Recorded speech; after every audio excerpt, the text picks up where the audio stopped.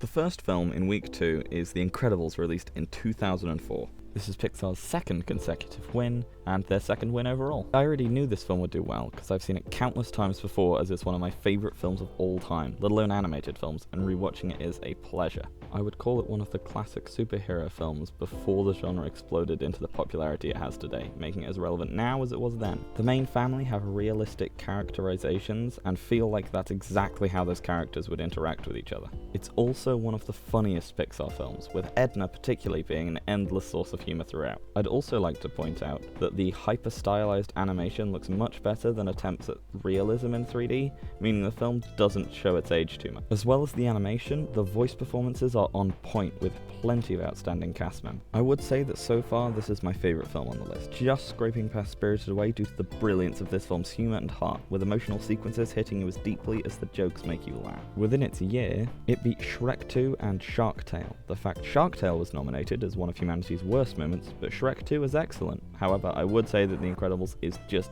better. The next film is 2005's Wallace and Gromit: Curse of the WereRabbit.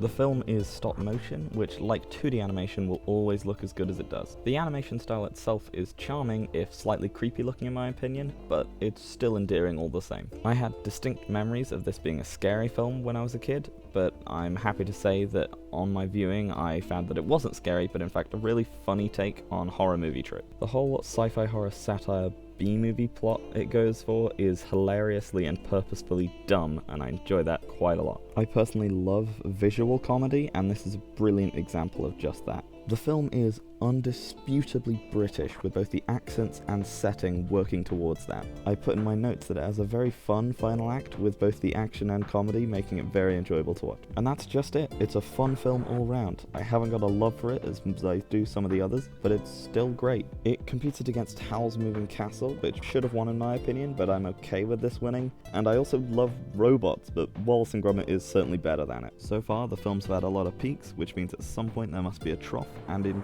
definitely unrelated terms, let's talk about Happy Feet. I don't understand Happy Feet as a movie, let alone how it won an Oscar. I do know that I used to love the film, and it has such a great cast and director, with Hugh Jackman, Elijah Wood, Robin Williams ×2, and George Miller as an excellent director.